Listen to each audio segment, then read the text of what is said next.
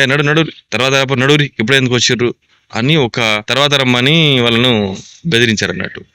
So నాకు చాలా బాధ అనిపించిందండి. అరే ఏంటిది అసలు, మనం అన్నదానం ఎందుకు జరుపుతాము? మనం 10 మంది ఆకలితో ఉన్న వారి కడుపు నింపాలని మనం అన్నదానం పెడతాం. ఎవరైతే కొంచెం లేని వారు ఉంటారో, బీదవస్తులు ఉంటారో వారికి ఈ అన్నదానం వల్ల ప్రయోజనం జరుగుతుందని అన్నదానం చేస్తారు. కానీ మనం ఏం చేస్తున్నాం? చుట్టుపక్కల ఈడు మనోడే తెలిసినోడు, అవనికి ఎక్కువ పెట్టినరా, ఆడు మనోడు ఇంక స్వీట్ ఎక్కువేనరా. ఏంది భయ్యా ఇది? ప్లీజ్ ఇది ఆపండి కొంచెం. అస్సలు ఇది కరెక్ట్ కాదు. ఇది మనం దేవుని పేరు చెప్పుకొని ఇలా చేయడం అస్సలు మంచిది కాదు. మీరు అన్నదానం పెట్టండి, కానీ ఎవరికైతే అవసరం ఉందో అక్కడ కొంచెం ప్లేస్ చూసి అక్కడ పెట్టండి. లేదంటే అనాథాశ్రమంలో వెళ్ళి ఇక్కడ పెట్టండి, రోడ్ల పైన కొంచెం పరిస్థితి బాగాలేక తిరుగుతున్న వాళ్ళకు. అంటే నా ఉద్దేశం ఏంటంటే ఎవరికైతే అవసరం ఉందో వారికి పెట్టడం కరెక్ట్. ప్లీజ్ దయచేసి అన్నదానాన్ని ఎవరికైతే అవసరం ఉందో వారికి పెట్టండి.